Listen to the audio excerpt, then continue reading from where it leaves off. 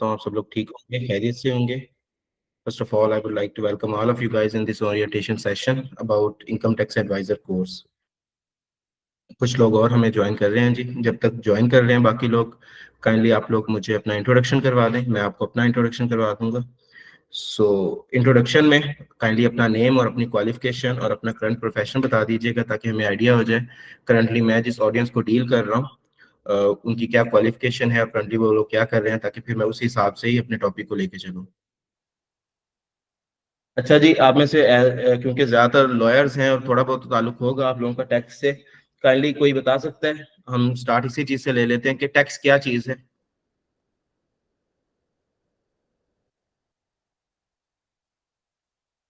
Ji, anyone?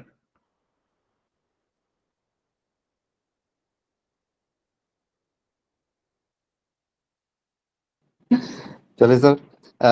Business tax is a liability which every citizen has to pay to run the for the proper first the source of income for government to run its businesses. नहीं sir, every citizen के लिए जरूरी है ये? Means to sir file मेरे every ख्याल में citizen is tax important. जी सर मेरे ख्याल में टैक्स वो अदायगी है जो एक रियासत का शहरी रियासत को अदा करता है जिसके बदले रियासत को कुछ सहूलियात फराहम करती है। जी ठीक हो गया, चले। थैंक यू वसीम साहब, थैंक यू उमैर साहब। दोनों चीज़ों को हम कंबाइन कर लेते हैं, बिल्कुल ऐसे ही है। जो लोग एक खास इनकम अर्न कर रहे होते हैं उनके ऊपर डेफिनेटली ये लाइबिलिटी ऑटोमेटिकली क्रिएट हो जाती है, ऑब्लिगेशन उनके ऊपर बन जाती है कि उन्होंने ये टैक्स पे करना ही करना है। और दूसरी बात जो वसीम साहब ने की है, बिल्कुल वो भी ठीक है कि वो लाइबिलिटी जो बनती है वो उसके बनने की वजह क्या होती है, मेन कॉज क्या होता है। तो उसका मेन कॉज यही होता है कि जब स्टेट ने अपने इंफ्रास्ट्रक्चर के काम करने होते हैं या मेन वेलफेयर के काम करने होते हैं पब्लिक के लिए, तो उसके लिए स्टेट को फंड्स चाहिए होते हैं। और स्टेट के पास फंड्स हासिल करने का दो ही तरीके होते हैं। एक तो ये होता है कि या वो कहीं से भी लोन की अपॉर्चुनिटी क्रिएट करें, चाहे वो डोमेस्टिक लोन हो चाहे वो इंटरनेशनल लोन हो। और जो सेकंड उनके पास मोस्ट सूटेबल प्रायोरिटी होती है वो होती है कि वो अपने ही जो पब्लिक है उनसे फंड्स इकट्ठे करें, और वो जो फंड्स इकट्ठे करते हैं उनकी इनकम का कुछ हिस्सा लेके उन फंड्स के इकट्ठे करने का जो प्रोसेस है उसे हम कहते हैं कि गवर्नमेंट हमसे टैक्स ले रही है। और वो जो फंड का कुछ हिस्सा गवर्नमेंट ले रही होती है आवाम के इनकम में से, उसे हम टैक्स कहते हैं, ठीक है। और अगर हम इसको थोड़ा सा और ज्यादा अप्रोप्रिएट कर दें तो ये जो टैक्स होता है ये वो टैक्स होता है जो कि इनकम टैक्स कहलाता है। इसके साथ साथ सेल्स टैक्स भी होता है, एक्साइज टैक्स भी होता है, कस्टम ड्यूटी वगैरह भी होती है, और भी टैक्सेस होते हैं। बट आज हम इस टॉपिक में जिस टैक्स के बारे में बात करेंगे, जो हमारा पर्टिकुलर टॉपिक है, वो इनकम टैक्स के बारे में। और इनकम टैक्स के बारे में अच्छा जी, एक चीज और मुझे क्लियर हो गई है कि हमारी ऑडियंस में ज्यादा लॉयर्स हैं। तो मैं आप लोगों को बताता चलूं कि इस कोर्स में हम लोग ना सिर्फ कॉम्प्लाइंसेस सीख रहे होंगे। कॉम्प्लाइंसेस से मुराद टैक्स के तमाम वो काम हैं जो हम लिटिगेशन से पहले पहले कर लेते हैं, ठीक है। आपने किसी बंदे को इनकम टैक्स में रजिस्टर कर दिया है, रजिस्टर करने के बाद उसकी रिटर्न्स वगैरह फाइल होना शुरू हो गई हैं, वो प्रॉपरली अपनी इनकम अपने एक्सपेंसेस को डिक्लेयर कर रहा है, दैट्स कॉल्ड रिटर्न फाइलिंग। अपने रिकॉर्ड को क्लियर कर देना, इसका नाम है रिटर्न फाइल करना। लेकिन अगर उसमें कोई ना कोई प्रॉब्लम आ जाती है, एफबीआर उस पर्सन से सेटिस्फाई नहीं होता, तो फिर डेफिनेटली एफबीआर उसको कोई नोटिस फाइल करता है। शो कॉज नोटिस भी हो सकता है वो कोई, और इसके अलावा डिफरेंट ऑडिट के भी नोटिस हो सकते हैं कि भाई ये चीज आप गलत कर रहे हैं, इस चीज को क्लियर करें। अब ये जब अगला प्रोसेस स्टार्ट हो जाता है, नोटिस के रिप्लाईज, और फिर अगर क्लाइंट जो है वही कहता हो कि नहीं मैं ठीक हूँ, एफबीआर गलत है, एफबीआर और क्लाइंट के दरमियान एक लीगल फाइट स्टार्ट हो जाए, तो इस प्रोसेस को हम लोग लिटिगेशन बोलते हैं। और आप लॉयर्स बखूबी इस चीज को जानते हैं। सो हमारे इस कोर्स में लिटिगेशन भी होगी एज वेल एज कॉम्प्लाइंसेस भी होंगी। कोर्स के दोनों हिस्से कवर किए जाएंगे, और इंशाल्लाह कोई एक भी छोटी बड़ी चीज इसमें ऐसी नहीं होगी जो हम कोर्स में कवर नहीं करेंगे। After this 1 month course you all will be able to deal any sort of matter of your client, even if that client may be an individual or association of person, or he might be or any company। हर तरह के client को आप deal कर रहे होंगे, उनके हर तरह के इश्यूज को आप लोग रिजॉल्व कर रहे होंगे, चाहे वो कॉम्प्लाइंसेस के ऊपर हो चाहे वो लिटिगेशन के ऊपर हो। और साथ साथ मैं ये भी बताता चलूं कि कोर्स में टारगेट किया जा रहा है मेन 3 तरह के लोगों को। सबसे पहले हमारे लॉयर्स, क्योंकि आप सबको पता है कि पाकिस्तान में जो मेन अजम्पशन है, जो लोगों की परसेप्शन है, वो यही है कि हमारा टैक्स का अगर किसी ने काम करना है तो वो है लॉयर, ठीक है। टैक्स वकील जो होता है वो हमारा टैक्स का काम करेगा। इसके बाद नंबर आता है जनाब अकाउंटेंट्स का या फिर कॉमर्स बैकग्राउंड होता है जिन लोगों का, वो लोग भी हमारी इस ऑडियंस में शामिल है। और थर्ड नंबर पे हमारे पास हमारे बिजनेसमैन आ जाते हैं, वो लोग जो सोल प्रोप्राइटरशिप बिजनेस रन कर रहे हैं या कंपनीज के ओनर हैं, उन तमाम लोगों को भी टैक्स की मालूमात होनी चाहिए, ताकि एक तो वो अपने मामलात को बेटर वे में इन्विजिलेट कर सकें कि हमारा जो कंसल्टेंट है या जो भी हमारा लॉयर है वो हमारे साथ किस तरीके से चल रहा है, क्या हमारी जितने भी रिकॉर्ड्स हैं वो अच्छी तरह से डिक्लेयर हो रहे हैं एफबीआर को या नहीं हो रहे। और सेकेंडली वो ये भी कर सकते हैं कि उनका अपना कोई अगर इन हाउस डिपार्टमेंट है जो उनके टैक्स को डील कर रहा है, जो उनके अकाउंट्स को डील कर रहा है, वो उसे भी अच्छे से इन्विजिलेट कर सकते हैं। तो इस तरह से हमारे इस कोर्स में ये तमाम लोग शामिल होंगे हमारे साथ।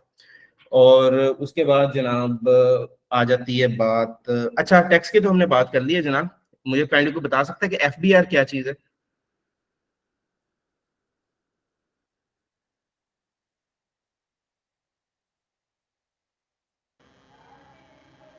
जी अनीसा प्लीज।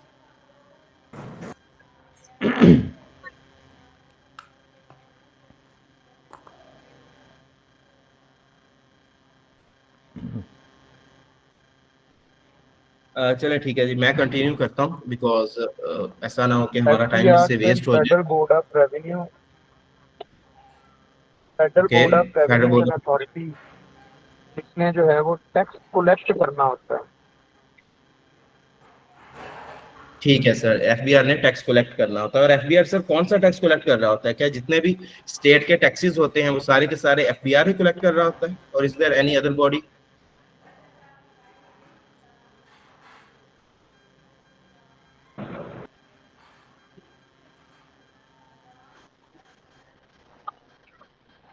ये अथॉरिटी है, सर अभी इसके नीचे अथॉरिटी है, इसके नीचे बाकी जो एक्साइज वाले हैं वो भी इसके अंदर आ रहे हैं, लैंड रेवेन्यू वाले हैं वो भी इसके अंदर आ रहे हैं। एक्चुअली मेन अथॉरिटी तो यही है।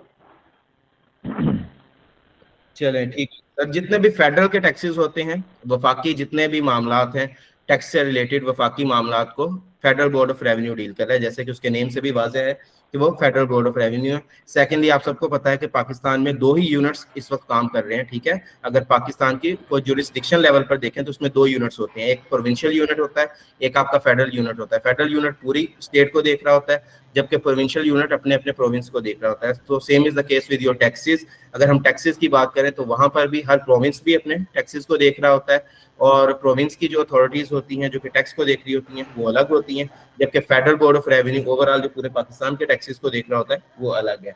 सो मेन जो चीज मैं बताना चाह रहा था वो यही है जी कि सबसे पहले हमने जिक्र कर लिया कि टैक्स क्या चीज है, ठीक है? टैक्स क्यों जरूरी है वो भी हमने पता चल गया। उसके बाद पाकिस्तान की वो कौन सी अथॉरिटी है जो कि प्राइमरीली इनकम टैक्स को डील कर रही है, तो वो जो अथॉरिटी है जनाब वो है हमारे पास FBR, federal board of revenue. इसी बात को जनाब थोड़ा सा हम आगे जो है वो कंटिन्यू करते हैं कि फेडरल बोर्ड ऑफ रेवेन्यू जो टैक्स कलेक्ट करता है, मैं माजरत के साथ जी मैं आप लोगों को थोड़ा सा म्यूट करने लगा हूँ, कुछ लोगों को शायद नहीं पता चल रहा कि उनका माइक जो है ओपन है, बट उससे क्लास में थोड़ी सी डिस्टर्बेंस हो रही है। So I am muting all of you. अगर किसी को भी बात करनी हो तो आप जो है वो बात कर सकते हैं अपने आप को अनम्यूट करके। अच्छा जी, उसके बाद हम बात कर रहे थे कि जो प्राइमरीली टैक्स के दो हिस्से हैं, एक होता है डायरेक्ट टैक्स और एक होता है इनडायरेक्ट टैक्स। ये जितनी भी बातें हो रही हैं साथ साथ आप नोट करते जाएं, और इसी से हमने आगे इस पूरी चीज को लेके चलना है। एक डायरेक्ट टैक्स है हमारे पास और एक इनडायरेक्ट टैक्स है। डायरेक्ट टैक्स में हमारे पास आ जाता है इनकम टैक्स। उसे डायरेक्ट इसलिए कहते हैं कि जी जो कोई भी पाकिस्तान में बंदा सीधे सीधे पैसे कमा रहा होता है, वो उसकी इनकम के ऊपर एक रेट लग जाता है और डायरेक्टली उसकी इनकम में से वो पैसे निकल आते हैं। So that's why it is called as direct tax. और उसमें कुछ भी कोई हिडन जो चीजें नहीं होती, ठीक है? सीधी सीधी आपकी इनकम के ऊपर वो टैक्स लग जाता है। लेकिन इसी के पैरेलल एक चीज चल रही होती है, वो होता है जी सेल्स टैक्स। और सेल्स टैक्स को इनडायरेक्ट टैक्सेशन बोलते हैं। सेल्स टैक्स का ही एक दूसरा नाम होता है वैल्यू एडेड टैक्स। जो सेल्स टैक्स का ज्यादा बेहतर मतलब हमें समझ आता है वो वैल्यू एडेड टैक्स वाले नाम से समझ आता है। एक लंबी डिटेल है, इंशाल्लाह हम इसे आगे जाके पढ़ेंगे भी। अभी के लिए इतना समझ लें कि जब भी कोई चीज सेल की जाती है, अगर सेल के टाइम पे उसके अंदर कोई ना कोई वैल्यू ऐड कर दी जाए, ठीक है? मेरे पास एक चीज थी, वो उसकी कोई और हालत थी, उसके कोई और पर्पसेस थे, उस चीज के कोई और काम थे, कोई भी चीज हो सकती है। फॉर एग्जांपल वो एक कपड़ा हो सकता है, ठीक है? एक कपड़ा जो अभी तक सिला हुआ कपड़ा नहीं है, जस्ट एक सिंपल शीट ऑफ क्लॉथ है। अगर मैं उसके अंदर वैल्यू ऐड करके उसको एक ड्रेस बना दूं, वैल्यू ऐड होगी है ना जी? मैंने उसके ऊपर कोई ना कोई एफर्ट की है, उसके ऊपर मैंने पैसा लगाया है, उसके ऊपर मैंने कोई मैनुअल एफर्ट की है, अब वो चीज उसकी हालत बदल चुकी है, उसके अंदर वैल्यू ऐड हो चुकी है, और वैल्यू ऐड होने की वजह से डेफिनेटली उसकी जो सेलिंग प्राइस है वो चेंज हो गई है। पहले उस कपड़े के जो एक टुकड़ा था उसकी अगर सेलिंग प्राइस फॉर एग्जांपल 10 रुपए थी, अब उसमें वैल्यू ऐड होने के बाद उसकी सेलिंग प्राइस मान लेते हैं जनाब 15 रुपए हो गई है। ये जो 5 रुपए उसकी सेलिंग प्राइस में चेंज आया है, हुकूमत ये कहती है कि अगर आप इस चेंज को लेके आ रहे हैं तो डेफिनेटली इस चेंज की बेस पे आप प्रॉफिट अर्न कर रहे होंगे। सो अगर आप इस चेंज की बेस पे प्रॉफिट अर्न कर रहे हैं तो जिस तरह से आप प्रॉफिट अर्न कर रहे हैं उसकी कुछ परसेंटेज हमें भी दे दें। So that's all about sales tax. Sales tax के बारे में हम इंशाल्लाह आगे जाके बात करेंगे, फिलहाल हम इनकम टैक्स पर ही रहेंगे। और बताने का मकसद ये था कि हमारा ये कोर्स जो है वो सिर्फ इनकम टैक्स को डील करेगा, ठीक है। अब आप लोगों का ये क्वेश्चन भी आ सकता है, जो कि आई थिंक लास्ट क्वेश्चन होगा हमारी प्रॉपर क्लास शुरू होने से पहले पहले, कि जी हम सिर्फ इनकम टैक्स ही क्यों पढ़ें। एज अ टैक्स लॉयर अगर मेरे पास क्लाइंट्स आते हैं, वो मेरे पास सेल टैक्स का भी क्लाइंट आ सकता है, मेरे पास एक्साइज का, कस्टम्स का, ये सारे क्लाइंट्स आ सकते हैं। So why I am only studying here income tax. तो इसका जवाब ये है जनाब के बिल्कुल हमारे पास ऐसे दूसरे कोर्सेज भी हम लोग ऑफर कर रहे हैं, जिसके अंदर आपके सेल्स टैक्स, आपके corporate laws, corporate taxes, alternate corporate taxes, आपके मिनिमम टैक्सेस, आपके कस्टम के तमाम टैक्सेस, एक्साइज के टैक्सेस, आपके रेवेन्यू के टैक्सेस, ये तमाम चीजें हम कवर करवाते हैं। लेकिन इनकम टैक्स एडवाइजरी का ये कोर्स शुरू करने का मकसद ये था कि बहुत सारे हमारे ऐसे लॉयर्स या ऐसे बंदे जो कि एक नया स्टार्टअप ले रहे होते हैं, उन्हें सबसे पहले जिस चीज के साथ वास्ता पड़ता है जी वो है इनकम टैक्स, ठीक है। सेल टैक्स आप सीखें, जरूर सीखें, लेकिन कभी भी सेल टैक्स के क्लाइंट आपके पास स्टार्ट में नहीं आएंगे। सेल टैक्स एक थोड़ा सा कॉम्प्लेक्स टॉपिक है, एक कॉम्प्लेक्स इश्यूज होते हैं सेल टैक्स के। कोई भी बिजनेस जब अपने सेल्स टैक्स के काम करवाता है तो वो मस्त देख रहा होता है कि उसका जो कंसल्टेंट है या जो भी उसकी कंसल्टेंसी फर्म है जिनसे वो काम करवा रहा है, उस फर्म का क्या बैकग्राउंड है, फर्म कितनी देर से काम कर रही है, फर्म ने किन किन इश्यूज को डील कर दिया हुआ है, क्या फर्म जो है वो मेरे रिफंड्स को क्लेम करवा सकती है, मुझे रिफंड्स लेके दे सकती है गवर्नमेंट से। ये सारी चीजें देख के सेल टैक्स के क्लाइंट्स मिलते हैं। सो होता ये है कि इनिशियल लेवल पर हमारे जो कंसल्टेंट्स होते हैं, जो चीजें ये हमसे सीख के जाते हैं, उन्हें बिल्कुल इनिशियल लेवल पे फौरन से सेल टैक्स के क्लाइंट्स तो मिलते नहीं है। बट सेल टैक्स जो कि एक ऑलरेडी बहुत मुश्किल चीज है, जब वो सीखने लग जाते हैं तो वो इनकम टैक्स में भी थोड़े से वीक हो जाते हैं। उसके बाद फिर जो कॉर्पोरेट में चले जाते हैं तो वो इस चीज को थोड़ा सा और ज्यादा मैसी हो जाते हैं ये चीज। सो हमने क्या किया है कि जब आप अपने कैरियर का स्टार्ट ले रहे हो, चाहे आप ऑलरेडी लॉयर हो, लेकिन अगर आप अपने एक ऑलरेडी जो आपने कैरियर लिया हुआ है उससे मूव करके इनकम टैक्स में जा रहे हैं या टैक्स की कॉम्प्लायंसेस को डील करने जा रहे हैं एज अ टैक्स लॉयर, तो सबसे पहले आपके लिए जरूरी है कि आप थोड़ा सा टाइम इनकम टैक्स में काम करके देखें, अपने थोड़े से इनकम टैक्स के क्लाइंट्स बनाएं, इनकम टैक्स के जो रूल्स हैं, रेगुलेशंस हैं, जितनी भी लीगल प्रोविजंस हैं वो सीखें, उनकी जो वर्किंग है वो देखें। उसके बाद आप सेल टैक्स में जाएंगे तो आपके लिए बहुत ज्यादा इजी भी हो जाएगा और आपको चीजें समझ में आएंगी। सेकेंडली जहां पर जी जो मोस्ट इंपॉर्टेंट चीज है वो ये है कि जितने भी हमारे छोटे बिजनेसेस होते हैं वो सबसे पहले इनकम टैक्स में ही रजिस्टर होते हैं। इनकम टैक्स में रजिस्टर होने के लिए किसी भी बिजनेस की जो रिक्वायरमेंट है या गवर्नमेंट की तरफ से आप समझ लें कि जो एक उन्होंने थ्रेशोल्ड लगाया हुआ है कि इस बंदे ने मस्ट इनकम टैक्स में रजिस्टर होना है, वो बहुत ही आप समझ लें कि सिंपल सा थ्रेशोल्ड है कि जी जिस बंदे की 6 लाख रुपए सालाना इनकम होगी ना, वो उस बंदे के लिए मस्ट है कि उसने इनकम टैक्स में रजिस्टर होना ही होना। So that means you people will be having a lot of clients in income tax as compare to sale tax, क्योंकि सेल टैक्स का जो थ्रेशोल्ड है वो काफी जो है वो इतना छोटा नहीं है। उसमें ये है कि आपके पास अच्छी खासे जो है वो एम्प्लॉयज काम करते होने चाहिए, आपका अच्छा खासा टर्नओवर, अच्छी खासी सेल्स होनी चाहिए, फिर जाके आप जो है सेल टैक्स में रजिस्टर होते हैं। तो सेल टैक्स के क्लाइंट्स बहुत कम होते हैं। इसके बाद अगर हम देखें तो एक और चीज जो कि आप लोगों को मस्ट पता होनी चाहिए कि जब भी पाकिस्तान में कोई कंपनी रजिस्टर होती है, ठीक है, कंपनी से मुराद है वो कंपनी जो securities and exchange commission of Pakistan register करता है, SECP रजिस्टर करता है। उन कंपनीज को मोस्टली हम लोग प्राइवेट लिमिटेड कंपनीज बोल लेते हैं। सो कंपनीज के लिए एक रिक्वायरमेंट है जो कि कॉर्पोरेट लॉ ने रखी हुई है, वो ये है कि जैसे ही पाकिस्तान में कोई कंपनी बनती है उसके लिए उसी टाइम जरूरी होता है कि वो कंपनी साथ ही साथ इनकम टैक्स में भी रजिस्टर हो जाए। यहाँ पर सेल टैक्स का नाम नहीं है, यहाँ पर किसी और टैक्स का नाम नहीं है, सिर्फ और सिर्फ इनकम टैक्स का नाम है, ठीक है। और अगर कोई कंपनी इनकम टैक्स में नहीं रजिस्टर हो रही तो तब तक वो कंपनी काम ही नहीं कर सकती। ये चीज इतनी ज्यादा सिंपल है। सो इसका क्या मतलब है? इसका मतलब ये है कि पाकिस्तान में जितनी भी कंपनीज बन रही है ना, वो सारी की सारी इनकम टैक्स की हद तक आप सबकी क्लाइंट्स है। ठीक है, जितने भी सोल प्रोप्राइटर बिजनेसेस हैं वो सब भी आपके क्लाइंट्स हैं।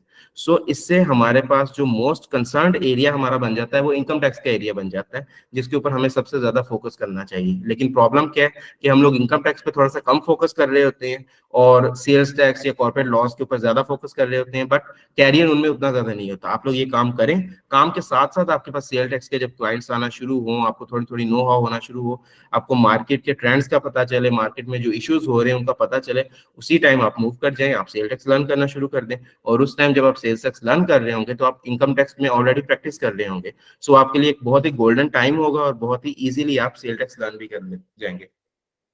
तो जनाब ये सारी बातें थी हमारी जो क्लास को स्टार्ट करने से पहले पहले की।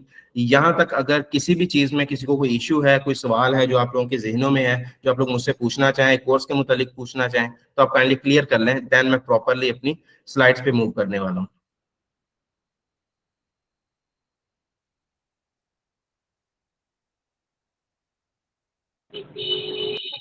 जी सर, यहाँ तक तो इशू नहीं है, यहाँ तक तो प्रैक्टिकली पड़ा है, यहाँ तक तो इशू नहीं है। ठीक है वसीम साहब, थैंक यू। वसीम साहब, आप तो बिल्कुल पेशे से लॉयर भी हैं और आपको ये सारी चीजें होपफुली ऑलरेडी क्लियर भी होंगी, पता भी होंगी, बट स्टिल मेरा ये क्वेश्चन आप सब लोगों से है, क्योंकि मैं चाह रहा हूँ कि हम सब लोग जब प्रॉपर कोर्स स्टार्ट करें तो हम सब लोग एक लेवल पर हों और एक ही लेवल से हम लोग स्टार्ट करें। फिर भी is there anyone any question? Okay, thank you Mansoor साहब। चलें जी, फिर मैं जी फरहान साहब, आप कुछ कहना चाह रहे हैं?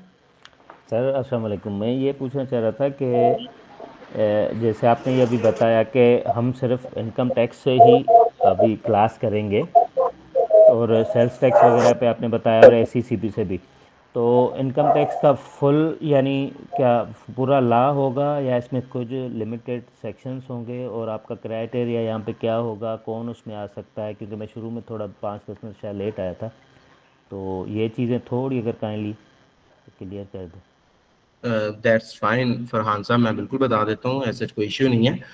एक मिनट के अंदर अंदर मैं इस चीज़ को आपको बता देता हूँ। सबसे पहले कि क्लास को कौन ज्वाइन कर सकता है, मैंने बताया कि क्लास को लॉयर्स ज्वाइन कर सकते हैं, लॉ के स्टूडेंट्स ज्वाइन कर सकते हैं, वो लोग ज्वाइन कर सकते हैं जो अकाउंटेंट्स हैं या कॉमर्स बैकग्राउंड से हैं, एंड थर्डली वो लोग ज्वाइन कर सकते हैं जो कि अपना बिजनेस खुद कर रहे हैं, ताकि वो अपने बिजनेस की जो एक्टिविटीज़ हैं related to tax, related to finance, उन्हें वो इन्विजिलेट कर सकें कि उनका टैक्स डिपार्टमेंट उन चीज़ों को कैसे डील कर रहे हैं। ठीक है। आपका दूसरा क्वेश्चन चल था फरहान साहब कि हम लोग इस कोर्स में इनकम टैक्स को किस हद तक देख रहे होंगे।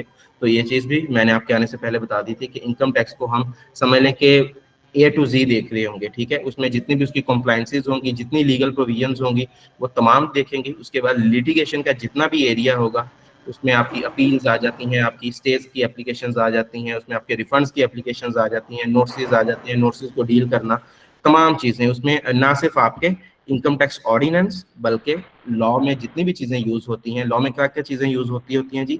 लॉ में आपका कानून तो यूज होता ही होता है, कानून के साथ साथ आपके जो है प्रेसिडेंट्स भी यूज हो रहे होते हैं, यानी कि जी इससे जी, पहले जजमेंट्स आ चुकी होती हैं वो भी अथॉरिटी, यूज होती हैं। ठीक है। जिसको अथॉरिटी भी कहा जाता है मेरे ख्याल में, नहीं सर, अथॉरिटी तो मैं कोर्ट कोर्ट अथॉरिटी, हाँ जी, आप ये कह प्रेसिडेंट सकते। वही होते हैं ना? जी जी, जी जी बिल्कुल, अब जो हमारी सीनियर कोर्ट्स के जो फैसले आ चुके सीनियर होते हैं, कोर्ट्स के जो फैसले आ चुके हैं, जो हम प्रेसिडेंट के तौर पे उनको हम आगे अपने साथ लेके चलते हैं उन्हीं बिल, इश्यूज़ के बिल, बिल, कवर अप के लिए। बिल्कुल जी, बिल्कुल सर, आप ठीक कह रहे हैं। हम अपने इस कोर्स के लिटिगेशन के एरिया में जाके प्रॉपर केस स्टडीज को भी आपके साथ शेयर करेंगे, एक बल्क ऑफ नोट्स को भी शेयर करेंगे, और फिर उनके ऊपर आने वाले प्रेसिडेंट्स और कोर्ट डिसीजंस को भी शेयर करेंगे, ताकि ना सिर्फ हम अपने ऑर्डिनेंस को रेफरेंस बना के चीजों को डील कर रहे हो, बल्कि at the same time we will be dealing our notes with the precedents that already our courts have been given. तो उसके थैंक यू बाद सो मच। जनाब शीट में शेयर कर रहा हूँ और फिर जी हम जी, प्रॉपर। Thank you. ओके जी। बाद में आने वालों का जी किसी का कोई सवाल हो तो आप पूछ सकते हैं, कुछ लोगों ने अभी अभी रिसेंटली भी ज्वाइन किए हैं।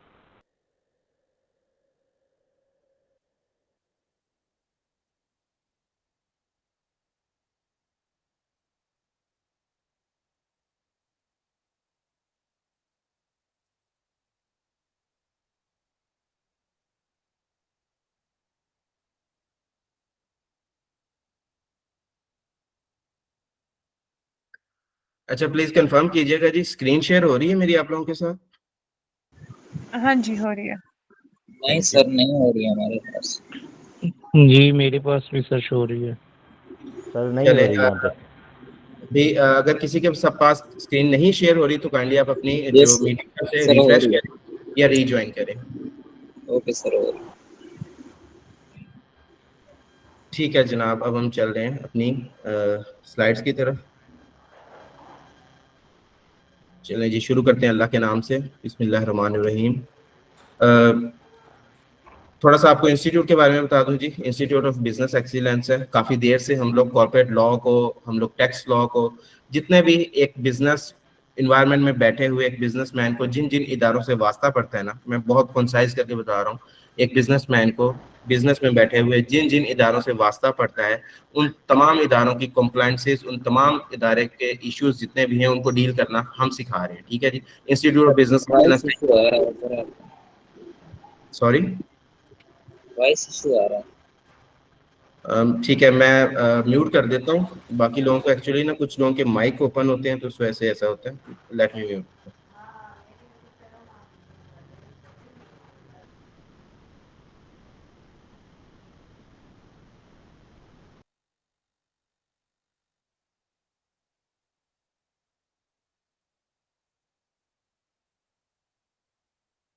जी, आई होप कि अब आपको आवाज़ ठीक आ रही होगी।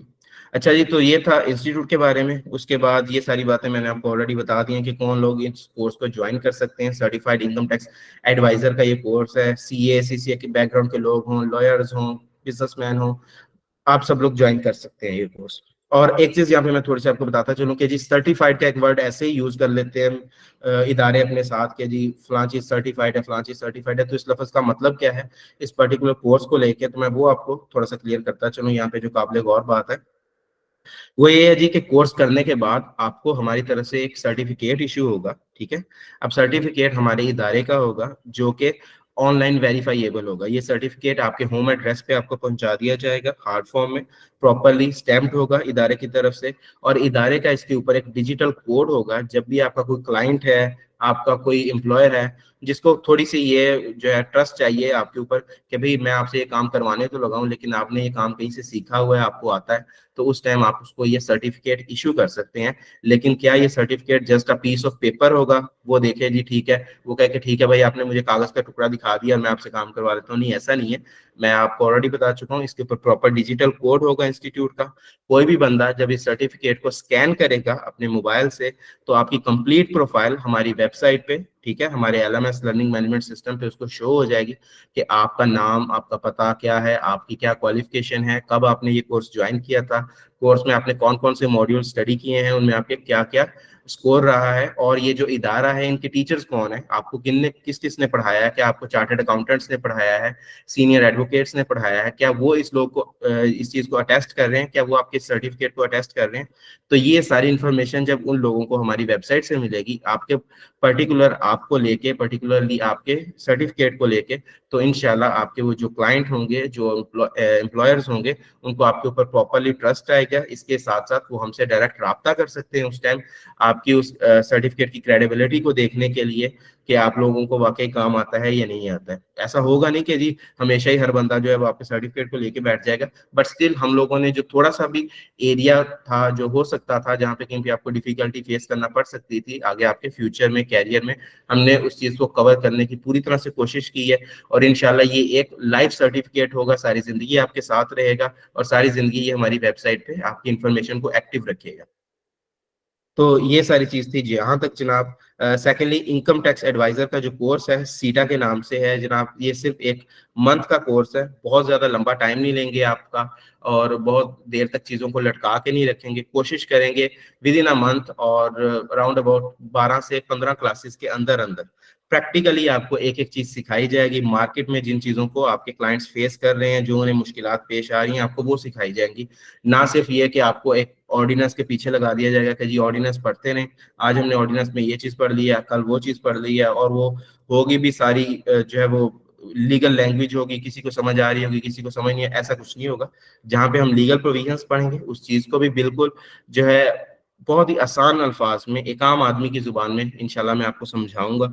और उसको फिर जब हम लिंक कर देंगे प्रैक्टिकल के साथ, और वो एक डिजिटल इंटरफेस आपके सामने होगा, बिल्कुल एक यूजर फ्रेंडली आपको वो चीजें समझाई जाएंगी, तो इंशाल्लाह आपको बिल्कुल भी उसमें कोई क्वेश्चन रह ही नहीं जाएगा। फिर भी अगर कोई क्वेश्चन होगा, so I am always there with you. आप लोग मुझसे किसी भी टाइम कोई भी सवाल पूछ सकते हैं, मैं हमेशा आपकी हेल्प करूंगा। और इसके साथ साथ एक और चीज भी, आप में से कुछ लोगों को शायद पता भी हो, अगर मैं इसने बताई है कि 1 साल तक हमारी ये फर्म जो है वर्चुअल टैक्स चार्टर्ड अकाउंटेंट्स की फर्म है, हम लोग 1 साल तक अपने स्टूडेंट्स को फैसिलिटेट करते हैं फ्री ऑफ कॉस्ट।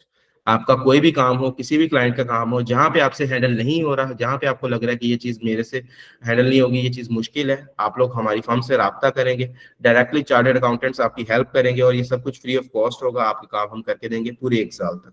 सो आपका एक अच्छा नेटवर्क बन जाएगा, ना सिर्फ हमारे साथ बल्कि हमारे तमाम टीचर्स के साथ और बाकी तमाम स्टूडेंट के साथ आपकी एक अच्छी कम्युनिटी बन जाएगी, जो कि हमेशा एक दूसरे के लिए हेल्पफुल होंगे इंशाल्लाह।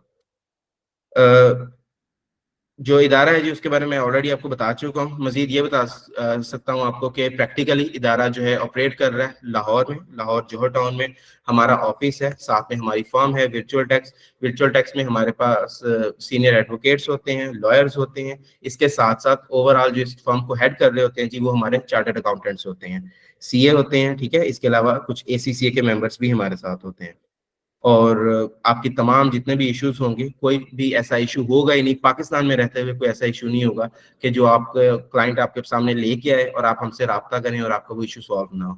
सो आप ये समझ लें कि आप जब बैठे होंगे, कहीं पर भी काम कर रहे होंगे, किसी भी क्लाइंट को डील कर रहे होंगे, तो वो अकेले आप नहीं होंगे, आपके पीछे पूरी फर्म खड़ी होगी, नाम आपका होगा, क्लाइंट आपका होगा, लेकिन काम हम लोग कर रहे होंगे आपके साथ हमेशा इंशाल्लाह। ठीक है जी। मिशन की अगर मैं बात करूं तो ये बस यही बात है कि ऑनलाइन आप लोग पढ़ेंगे और इंशाल्लाह अर्निंग भी आप लोग स्टार्ट कर देंगे। और प्रॉपर लर्निंग मैनेजमेंट सिस्टम है जी हमारा। ऐसा नहीं है कि सिर्फ आपको ये ऑनलाइन क्लास में पढ़ा रहा हूँ उसके बाद ये खत्म हो जाएगा, नहीं। इस क्लास की प्रॉपर रिकॉर्डिंग की जा रही है, और इस क्लास के साथ जितने भी नोट्स यूज हो रहे हैं, वो चाहे पीडीएफ्स में हो, चाहे वो आपके दूसरे डिजिटल नोट्स हो, चाहे आपकी वो कोई असेसमेंट्स हो, कोई क्विज वगैरह हो, ये तमाम चीजें आपको प्रोवाइड की जाएंगी आपके एलएमएस में, ठीक है। हमारी वेबसाइट है, वेबसाइट पे एलएमएस होगा, आप लोग ये तमाम चीजें वहां से जो है एक्सेस कर सकते हैं। और अगर कोई हमें विजिट करना चाहे तो वो लाहौर में कैंपस में आके भी हमें विजिट कर सकता है। उसके बाद जनाब चलते हैं प्रॉपर कोर्स की तरफ। 1 मंथ कोर्स है जी, सर्टिफाइड इनकम टैक्स एडवाइजर। इसके अंदर तमाम इनकम टैक्स कंप्लायंसेस, जितनी भी लिटिगेशन के मैटर्स होंगे, असेसमेंट्स आ जाती हैं, आपकी अपील्स आ जाती हैं, ये तमाम चीजें इसमें कवर की जाएंगी। और 1 महीने से ज्यादा इंशाल्लाह हम लोग नहीं जाएंगे। 1 मंथ के बाद आप लोग इस काबिल होंगे कि जितना भी आपका टैक्स का काम होगा, इनकम टैक्स का, वो आप लोग कर रहे होंगे। और आई थिंक ये अप्रैल है, अप्रैल के बाद मई तो गुजर जाएगा आपके इस कोर्स में, और उसके बाद सिर्फ जून रह जाएगा। जून में आप अच्छे से इस कोर्स को रिवाइज करें, खुद को तैयार करें, थोड़ी सी क्लाइंट हंटिंग करें, क्लाइंट्स को अपने पास लेके आए। उसके बाद जैसे ही जून खत्म होगा, आफ्टर 30 जून, 30 जून से लेके 30 सितंबर तक जो है टैक्स का सीजन होता है। इनकम टैक्स की फाइलिंग करनी होती है, लोगों ने अपनी टैक्सेस को डिक्लेयर करना होता है। तो पूरे 3 महीनों का जो सीजन होगा उसको उसमें मैं ये नहीं डायरेक्टली मैं कोई मॉनेटरी टर्म्स में ही बात नहीं करूंगा हमेशा कि जी आप कमा लें, ये कर लें, वो कर लें। अल्लाह ने जितनी जो है रोजी लिखी होती है, जो रिस्क लिखा होता है वही मिलना होता है। चाहे आप ये कोर्स कर लें, चाहे आप ये कोर्स ना करें, जो रिस्क आपके लिए अल्लाह ने लिखा हुआ है वो आपको मिलना ही मिलना है। बट अगर हम फिर भी थोड़ा सा फिजिकल ग्राउंड्स पे बात करें, तो इस कोर्स के बाद 1 मंथ आप अपनी थोड़ी सी रिवीजन करें, और जून से यानी कि जुलाई से लेके 30 जून से लेके 30 सितंबर तक आप अच्छे से काम करें, मैक्सिमम काम करें और एक अच्छी अर्निंग करें। और जो क्लाइंट्स आपके इस टैक्स सीजन में बन जाएंगे, इंशाल्लाह आइंदा आने वाले तमाम सालों में वो आपके पास ही रहेंगे, फिर वो जाएंगे नहीं कहीं, अगर आप अच्छी सर्विसेज उन्हें देंगे। कोर्स के बाद जी बिल्कुल आप इनकम टैक्स प्रैक्टिशनर भी बन सकते हैं, कॉर्पोरेट कंसल्टेंट बन सकते हैं, टैक्स लिटिगेशन में आप एक्सपर्ट बन सकते हैं। असल में ये सारी बातों का मतलब तो एक ही है कि आप लोग इनकम टैक्स का काम कर सकते हैं। तो जस्ट एक डिफरेंट टाइटल्स हैं, इन चीज़ों को डिफरेंट टाइटल्स इसलिए दिए गए हैं जी क्योंकि हर बंदे के जहन में एक टाइटल होता है कि फलां ने जब इनकम टैक्स वाला कोर्स किया था तो वो तो इनकम टैक्स प्रैक्टिशनर बन गया था, फलां ने जब कोर्स किया था तो वो टैक्स लिटिगेशन एक्सपर्ट बन गया था। नहीं, ऐसा कुछ भी नहीं है। अगर आपको इनकम टैक्स पूरी तरह से पढ़ाया जा रहा है, प्रैक्टिकली भी सिखाया जा रहा है, उसकी लिटिगेशन भी सारी सिखाई जा रही है, तो फिर पीछे कोई चीज रह ही नहीं गई। जब कुछ रह नहीं गया तो आप समझ लें कि आप इनकम टैक्स के कंप्लीट एडवाइजर बन गए हैं, उसमें फिर कुछ भी बाकी नहीं रह जाता। ट्रेनर की बात करें जी तो मेरा नाम नुमान अहमद है, ठीक है। पेशे से मैं सीए फाइनलिस्ट हूँ, ठीक है, साथ में मेरा मास्टर्स है फाइनेंस में, और उसके बाद DTL एक डिप्लोमा होता है, बट इंशाल्लाह इस कोर्स के बाद आपको अंदाजा हो जाएगा कि ये कोर्स DTL से भी कहीं ऊपर की चीज़ है।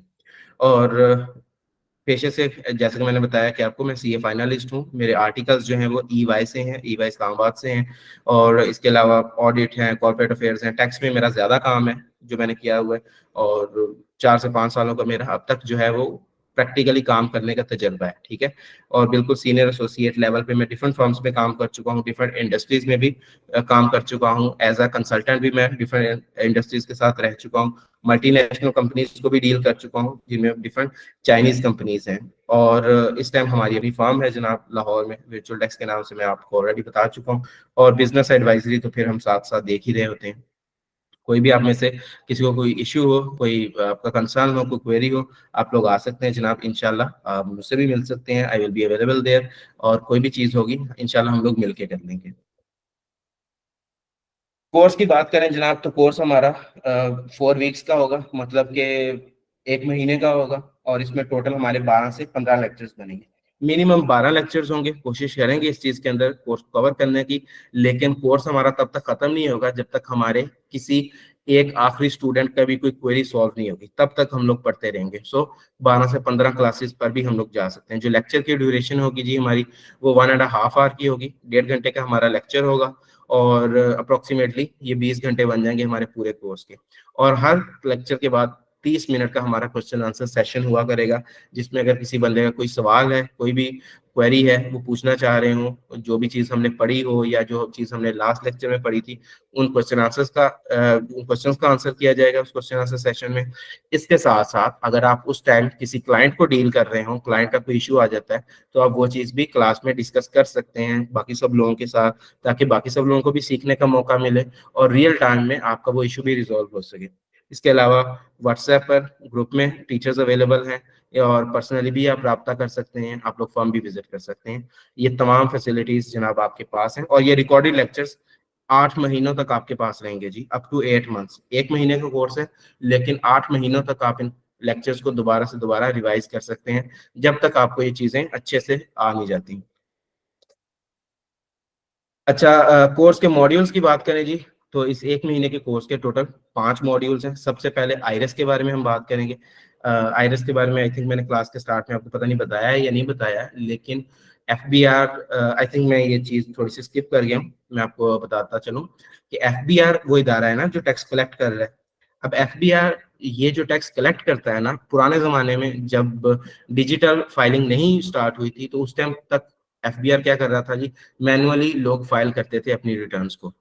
और अब ये एक वर्ड मैं बोलता हूँ बार बार, रिटर्न फाइल करना, अब इसका भी स्टार्टिंग में तो नहीं लोगों को पता होता, हमें भी कभी नहीं पता था, लेकिन मैं बताता चलूँ जी कि फाइल एक लीगल वर्ड है, ठीक है। लीगल लैंग्वेज में फाइल का मतलब होता है सेंड करना, भेज देना किसी चीज को। और रिटर्न जो होती है, रिटर्न बेसिकली आपके इनकम और एक्सपेंसेस का हिसाब किताब होता है। पूरे साल आपने क्या पैसे कमाए हैं, क्या पैसे खर्च किए हैं, उसको आपकी रिटर्न ऑफ इनकम बोलते हैं। वो आपके जो इनकम और एक्सपेंसेस का हिसाब किताब होता है ना जी, वो हमने FBR को सेंड करना होता है। सेंड करने के लिए लीगल वर्ड यूज कर लिया जाता है, फाइल करना। अगर मैं ये कह दूं कि रिटर्न ऑफ इनकम सेंड करना, तो भी मैं ठीक बात कर रहा हूँ। और अगर मैं उस चीज को थोड़ा लीगल लैंग्वेज में बात करूं, तो उसे कह देंगे जी कि रिटर्न ऑफ इनकम फाइल करना। अब इसको थोड़ा सा जब उन्होंने सिंप्लीफाई कर दिया है, तो वो रिटर्न ऑफ इनकम की बजाय हम लोग बोल देते हैं रिटर्न फाइल करना। सो ये वो चीज होती है जी। अब ये रिटर्न जो पुराने जमाने में मैनुअली फाइल की जाती थी, एक बंदा कागज के ऊपर अपनी सारी इनकम को लिखता था, उसमें से एक्सपेंसेस को माइनस करता था, फिर उसका एक प्रॉफिट निकलता था साल के एंड पे, जो उसको पैसे बचे हैं, चाहे वो कोई भी इनकम अर्न कर रहा है, वो सारा रिकॉर्ड बना बनू के जनाब वो लेके जाता था FBR के दफ्तर में, और वहां पे वो उनको पकड़ाता था कि ये मेरी रिटर्न ऑफ इनकम है। ये था पुराना तरीका। अब FBR ने क्या किया, FBR ने एक डिजिटल वेबसाइट दे दी है आपको, आयरस के नाम से। और आयरस के ऊपर आप लोग अपनी तमाम इनकम्स को भी लिख सकते हैं, एक्सपेंसेस को भी लिख सकते हैं। उसके बाद आपकी एक फाइनल इनकम निकल आती है कि भाई जनान, इस बंदे ने इस साल में इतने पैसे कमाए हैं। उसके ऊपर टैक्स ऑटोमेटिकली वेबसाइट कैलकुलेट कर देती है, आपको खुद से कैलकुलेट नहीं करना पड़ता, कोई फॉर्मूले नहीं लगाने पड़ते, टैक्स कैलकुलेट हो जाता है, वहीं से आपकी ऑनलाइन रसीद निकल आती है, सॉरी PSID निकल आती है, चालान निकल आता है, उसको जब आप पे कर देते हैं ऑनलाइन ही आपने पे करना है, आपकी ऑनलाइन रिसीट आ जाती है, रिसीट भी आपने अपलोड कर देनी है आईरेस पे और आपने अपनी रिटर्न फाइल कर देनी है, यहाँ पे आपका काम हो जाएगा जनाब खत्म। ये सिंपल सी चीज है, अब रिटर्न फाइलिंग इस चीज का नाम है। सो मॉड्यूल 1 में हम पूरी तरह से आईरेस को देखेंगे कि आईरेस जो वेबसाइट है, जो सॉफ्टवेयर है, वो किस तरह से काम कर रहा है और उसके ऊपर रिटर्न्स फाइल होती किस तरह से। आगे बढ़ने से पहले मैं आपको थोड़ा सा दिखा देता हूँ जनाब प्रैक्टिकली कि आईरेस किस तरह से है। ये जनाब वेबसाइट है आईरेस, ठीक है। एक बार मुझे कंफर्म कर दीजिएगा कि आप लोगों को स्क्रीन शेयर हो रही है, आवाज अच्छे से आ रही है, ताकि ऐसा ना हो मैं बोल रहा हूँ और क्लास हमारी मिस हो रही है। Yes, sir. जी Clear, सर, sir.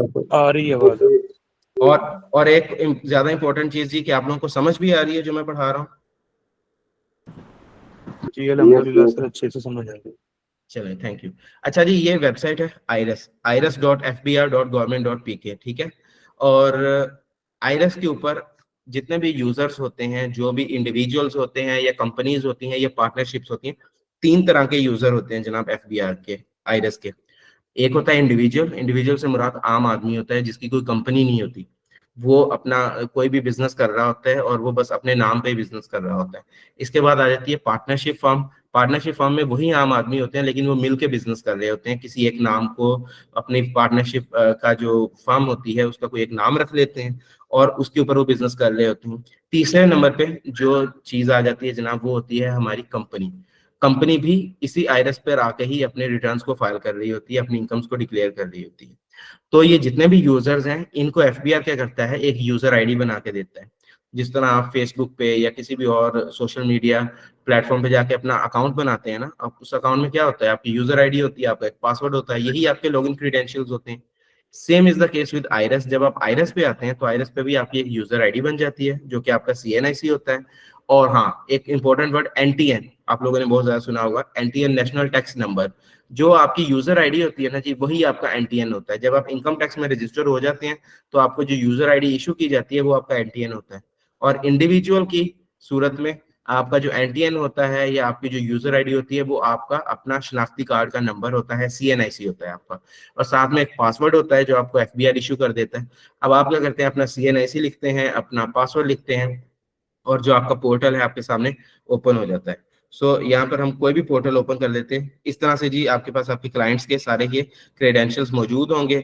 आप जो भी आपका क्लाइंट आता है आपसे रिटर्न फाइल करवाता है, वो अगले साल भी आपसे ही करवाएगा। क्यों? क्योंकि उसका पासवर्ड भी आपके पास है, उसकी यूजर आईडी भी आपके पास है। जस्ट टैक्स सीजन से पहले वो आपसे कॉन्टेक्ट करता है कि सर मेरी रिटर्न फाइल कर दे। और ज्यादा बेहतर तो ये होगा कि टैक्स सीजन से पहले आप उससे कॉन्टेक्ट करें कि सर लास्ट टाइम मैंने आपकी रिटर्न फाइल की थी, अब टैक्स सीजन आ गया, अगर आपको याद नहीं भी है so I am here to file your return.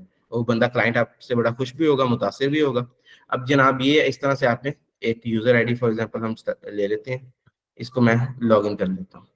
अब ये जी स्टूडेंट है हमारे एक खतीब साहब, ये उन्होंने मेरे साथ शेयर की थी अपनी लॉगिन आईडी, उन्हें कोई इशू था। तो अब ये उन्हीं का पोर्टल मेरे सामने आया, रैंडमली मैंने ओपन किया तो ये ओपन हो गया। चलिए, इस तरह से ये आईरस का एक पोर्टल होता है, यहाँ से रिटर्न्स वगैरह फाइल की जाती है। ये ऊपर वाला सारा पोर्शन आपका इनकम टैक्स का होता है, नीचे वाला सारा पोर्शन आपका सेल्स टैक्स का होता है। और इस तरह से ये रिटर्न्स वगैरह फाइल की जाती हैं। नॉर्मल रिटर्न यहाँ से फाइल की जाती है। हम कोई भी टैक्स पीरियड सिलेक्ट कर लेते हैं, लाइक हम सिलेक्ट कर लेते हैं जनाब 2018 सेलेक्ट कर लेते हैं। हो सकता है उन्होंने पहले से रिटर्न ये फाइल की भी हो, बट आई थिंक वो 2018 के बाद रजिस्टर हुए हैं, इसीलिए ये रिटर्न हमारे सामने ओपन हो गई कि हम इसे फाइल कर सकते हैं। इस तरह से जी ये रिटर्न होती हैं। सैलरी इनकम आ रही है, यहाँ पे प्रॉपर्टी की इनकम आ रही है, बिजनेस की इनकम आ रही है। और ये फिर आगे थोड़े से मुश्किल चीजें हैं जो आपको अभी तो नहीं समझ आएंगी।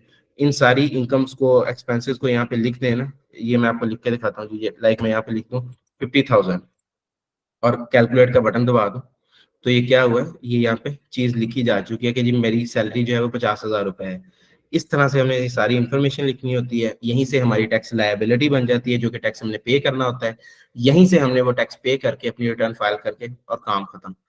और ये सारी यूजर आईडीज जितने भी आपके क्लाइंट्स आपसे काम करवाएंगे वो अपनी यूजर आईडी आपके पास लेके आएंगे, अगर वो पहले से रजिस्टर है। अगर वो पहली बार आ रहे हैं तो आपने उनको रजिस्टर कर देना है। फर्स्ट टाइम रजिस्ट्रेशन कैसे होती है ये हम अपने कोर्स में प्रॉपरली सीखेंगे जनाब। तो वापस हम चलते हैं जनाब अपनी स्लाइड पे। और इसके साथ साथ हमारा जो दूसरा हिस्सा है जी मॉड्यूल 1 में, वो बेसिक अकाउंटिंग का है। जो तो हमारे पास अकाउंटेंट्स हैं ये कोर्स कर रहे हैं, ये ऐसे लोग जो कॉमर्स बैकग्राउंड से हैं, उनके लिए तो बहुत ईजी है ये सारी चीजें, जितनी भी अकाउंटिंग की टर्मिनोलॉजीज यूज हो रही हैं। लेकिन आपको पता है कि हमारे पास जो हमारी मोस्ट ऑफ द ऑडियंस होती है वो तो लॉ के बैकग्राउंड से होती है, लॉयर्स होते हैं, उन्हें तो बेसिक अकाउंटिंग सीखनी पड़ेगी। सो हम लोग आपको फर्स्ट मॉड्यूल में ही इस कदर बेसिक अकाउंटिंग भी सिखा देंगे और इस कदर आपको डिजिटल इंटरफेस को यूज करना भी सिखा देंगे कि next module income tax ordinance पे जाने से पहले पहले आप सब लोग, खा आप किसी भी जो है वो एज से बिलोंग करते हो, खा आपकी कोई भी क्वालिफिकेशन हो, आपको अकाउंटिंग भी उतनी ही आती होगी जितने आपके साथ बैठे हुए अकाउंटेंट को आती होगी। आपको आपका जो डिजिटल पोर्टल होगा आईरेस, वो भी उतना ही यूज करना आता होगा जितना का एक बहुत ज्यादा कंप्यूटर यूज करने वाले बंदे को आता होगा। तो हम सब लोग इकट्ठे मिलके चलेंगे। उसके बाद जनाब मॉड्यूल 2 आ जाएगा हमारा income tax ordinance. Income tax ordinance क्या है जी? इनकम टैक्स ऑर्डिनेंस वो कानून की किताब है जो कि एफबीआर, उस कानून की किताब को एफबीआर भी फॉलो करता है और यूजर्स भी फॉलो करते हैं, यानी कि हम लोग पाकिस्तान की अवाम भी उसी किताब को फॉलो करते हैं। ये दोनों लोग मिलकर क्या करते हैं, इस किताब को फॉलो करते हुए एफबीआर अवाम से टैक्स ले रहा होता है और अवाम इस किताब के कवानीन को फॉलो करते हुए अपनी टैक्स लायबिलिटी बना के टैक्स जमा करवा रही होती है। ये बहुत बेसिक सी बात है, आप सबको पता है कि कोई भी काम हम कर रहे होते हैं तो हर चीज का कोई ना कोई मैनुअल होता है, कोई कानून होता है, कोई जाब्ता होता है। सो टैक्स फाइलिंग का ये जाब्ता है जिसको कि इनकम टैक्स ऑर्डिनेंस 2001 कहा जाता है। और ये आप सब लोग डाउनलोड कर सकते हैं जनाब, एफबीआर की वेबसाइट से ये डाउनलोड हो जाएगा। और साथ ही साथ एफबीआर की वेबसाइट देखते चलते हैं जी। ये एफबीआर की ऑपरेशनल वेबसाइट है आईरेस, जिसके ऊपर टैक्स रिटर्न फाइल होती है। इसको पोर्टल बोला जाता है। लेकिन एफबीआर की बतौर इदारा भी एक वेबसाइट है, ये जो है जी fbr.government.pk के नाम से। यहाँ पे एफबीआर की तमाम वेबसाइट्स के जो है वो आपको लिंक्स मिल जाएंगे कि फलां काम कहाँ से होगा, फलां काम कहाँ से होगा। यहीं से आप ऑर्डिनेंस भी डाउनलोड कर सकते हैं।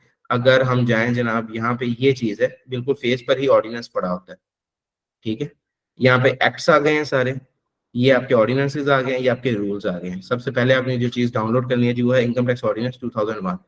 इस पे आप क्लिक करेंगे तो आपसे वो इनकम टैक्स ऑर्डिनेंस की जितनी भी जो आप समझ लें कि जिल्दें अब तक आ चुकी हैं ना, वो अपडेट्स के साथ साथ डिफरेंट सालों में एक ऑर्डिनेंस की हर साल एक नई जिल्द आ जाती है, जो भी अपडेट्स उसमें आती हैं।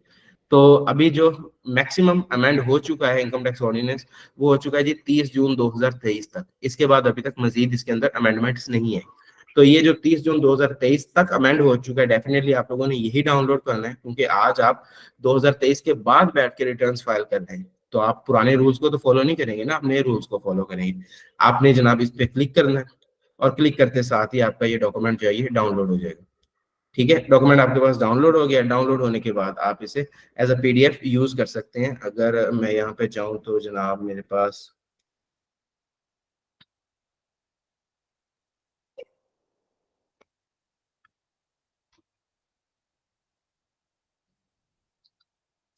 ये जनाब आपके पास आ गया आपका ऑर्डिनेंस, और ये आप लोग वेबसाइट से भी डाउनलोड कर लीजिएगा और मैं आप लोगों के साथ इसको ग्रुप में भी शेयर कर दूंगा। ये स्लाइड्स वगैरह भी आप लोगों के साथ शेयर कर दूंगा। इसको देख के आपने डरना नहीं है जी कि ये तो बहुत बड़ा ऑर्डिनेंस है। तरीके से हम जब इस चीज को पढ़ेंगे तो इंशाल्लाह ये यही ऑर्डिनेंस जो पता नहीं कितने 781 पेजेस का ये ऑर्डिनेंस, ये इसके पेजेस भी आपके फिंगर टिप्स पे होंगे। आपको पता होगा कि किस पेज पे क्या बात लिखी हुई है और आपको पता होगा कि किस सेक्शन में क्या बात लिखी हुई है। टोटल जो है वो जितने भी सेक्शंस हैं 250 प्लस सेक्शंस हैं जो हैं इसके ऑर्डिनेंस के, ये तमाम सेक्शंस भी आपको पता होंगे। ठीक है, 242 सेक्शंस भी आपको इसके सारे आते होंगे, इसके सारे रूल्स भी आपको आते होंगे इंशाल्लाह पूरे इस कोर्स के बाद। वापस चलते हैं जनाब हम अपनी स्लाइड पे। उसके बाद जनाब हम, क्योंकि प्रैक्टिकल जो भी चीज़ें होंगी थोड़ी बहुत हमने वो रीड करनी है शुरू में, फिर हमने साथ साथ थ्योरी भी पढ़ते जाना है और साथ साथ प्रैक्टिकल भी करते जाना है। मॉड्यूल 3 में हमने प्रॉपरली रिटर्न फाइलिंग सीखनी है, इन कंपनीज की भी, इंडिविजुअल्स की भी, पार्टनरशिप्स की भी। रिटर्न फाइलिंग सीखने के बाद मॉड्यूल 4 पे चले जाएंगे तो जनाब हमारे पास नोटिस आ जाएंगे कि किसी बंदे को एफबीआर की तरफ से कोई नोटिस आ जाता है, फिर उसके कोई रिप्लाई वगैरह करना पड़ जाता है। और रिप्लाई कैसे करते हैं, रिप्लाई की लीगल ड्राफ्टिंग होती है, लीगल लैंग्वेज में रिप्लाई को टाइप करना होता है कि जनाब ये मसला था मेरे क्लाइंट के साथ, इस वजह से वो ये फाइलिंग नहीं कर सका। उसके बाद फिर भी अगर मसला रिजॉल्व नहीं होता तो फिर जनाब हम चले जाते हैं अपील्स पे।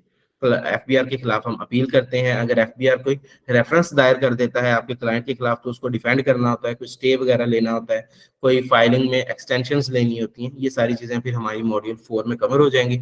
मॉड्यूल 5 में हम देखेंगे तमाम केस स्टडीज के इससे पहले जितने भी हमारे क्लाइंट्स हैं, पर्टिकुलरली हमारे क्लाइंट्स ही जो भी हमारे पास कंपनीज होती हैं, इंडिविजुअल्स होती हैं, उनको जितने भी नोट्सेज आ चुके हैं आज तक वो तमाम नोट्सेज आपके साथ शेयर कर दिए जाएंगे, पीडीएफ में भी आपके साथ शेयर कर दिए जाएंगे, हम उसके ऊपर डिस्कशन भी करेंगे और हम उसी से सीखेंगे। और फिर उसी के जो रिप्लाईज होंगे वो भी हम स्टडी करेंगे कि जी ये नोटिस आया था तो इसका ये रिप्लाई किया गया, ये अपील थी तो इस अपील के ये ग्राउंड्स थे, ये जब अपील की गई थी, अगर इसके ऊपर लिटिगेशन हुई थी तो ये जनाब जजमेंट्स थी हमारे जो जजेस थे उनकी। तो ये सारी चीजें आपके साथ शेयर की जाएंगी। तो आप खुद मेरा ख्याल है यहाँ पे बता सकते हैं मुझे कि मॉड्यूल 1 से लेके मॉड्यूल 5 तक क्या कोई चीज ऐसी है जो इनकम टैक्स में कवर नहीं हो रही। आप सबके सामने हैं ये चीजें जो जो यहाँ पे लिखी गई हैं, इंशाल्लाह आप सबको पढ़ाई जाएंगी। अगर हम इसकी डिटेल देखें तो ये जनाब आपके पास कंप्लीट डिटेल आ रही है मॉड्यूल्स की। आइरस आपके पास आ रहा है सारे के सारा, ठीक है। अभी आपको ये चीजें मैं बताऊंगा तो नहीं वन बाय वन, क्योंकि अगर मैं अभी बताऊंगा भी तो आप लोगों को तो समझ नहीं आएंगी, बट थोड़ा आप एक नजर इसको देखते जाएं, फिर मैं फाइल आपके साथ शेयर भी कर दूंगा। आइरस है क्या, किस तरह से रजिस्टर होना है, मोबाइल, ईमेल, बिजनेसेस कैसे रजिस्टर करने हैं, बिजनेसेस को क्लोज कैसे करना है, एक्टिविटीज बिजनेस की, आपका सैलरी की रिटर्न फाइल करनी है, किसी की बिजनेस की रिटर्न फाइल करनी है, ये तमाम चीजें इसके अंदर जनाब आ जाएंगी आपकी। उसके बाद हम इनकम टैक्स को प्रॉपरली देखेंगे। अब आपके सामने इनकम टैक्स को प्रॉपर ऑर्डिनेंस को रीड आपने कैसे करना है, ऑर्डिनेंस को आपने समझना कैसे है, ये सबसे इंपॉर्टेंट चीज होती है। उसके बाद जनाब जितने भी हेड्स ऑफ इनकम है पाकिस्तान में रहते हुए, जो पाकिस्तानी अवाम है वो 5 तरह से इनकम कमा सकती है जी। वो सैलरी ले सकती है, वो बिजनेस इनकम कमा सकती है, वो प्रॉपर्टी से इनकम कमा सकती है, कैपिटल गेन होता है जी, प्रॉपर्टी की सेल परचेज करना, सोना चांदी की सेल परचेज करना, और फिर इनकम फ्रॉम अदर सोर्स भी होती है कि अगर इन 4 हेड्स में वो इनकम फाल नहीं कर रही ना तो वो इनकम फ्रॉम अदर सोर्स में चली जाती है। उसमें कई तरह की इनकम्स आ जाते हैं जी, किसी की कोई लॉटरी निकल आई है, कोई प्राइस बॉन्ड निकल आया, कोई घर से कोई जमीन की खुदाई की है वहां से कोई खजाना निकल आया है, कोई विरासत में कोई चीज मिल गई है, तो ये सारी आपकी वो इनकम्स होती हैं जो कि ऊपर वाले 4 हेड्स में नहीं फॉल कर रही होती। तो ये भी आपको सारा कुछ करवा दिया जाएगा। उसके बाद जनाब फिर ये टैक्स की थोड़ी अंदर की डिटेल्ड चीजें आ गई हैं, अभी आपको समझनी है कि बताता जा रहा हूँ मैं। हर तरह के टैक्स रिजीम्स आपको करवाए जाएंगे, ठीक है। नॉर्मली इनकम टैक्स में ये 4 तरह के टैक्स रिजीम्स होते हैं, यानी कि टैक्स की 4 कैटेगरीज होती हैं आगे इनकम टैक्स में। ओवरऑल आपने देखा है कि टैक्स की भी कैटेगरीज है, इनकम टैक्स है, सेल टैक्स है, फिर प्रॉपर्टी और ये वो एक्साइज वगैरह, लेकिन आगे इनकम टैक्स की भी फिर कैटेगरीज है, नॉर्मल टैक्स है, फाइनल टैक्स है, मिनिमम टैक्स है और सेपरेट ब्लॉक ऑफ इनकम है। ये सारी कुछ आपको करवाया जाएगा जनाब एफबीआर के आईआरएस पोर्टल की। अब यहाँ से आपने देखा है कि हमने यहाँ पर भी आईआरएस को पढ़ा है, लेकिन यहाँ पे हमने आईआरएस को किस हद तक पढ़ा है, स्टार्ट लेने की हद तक।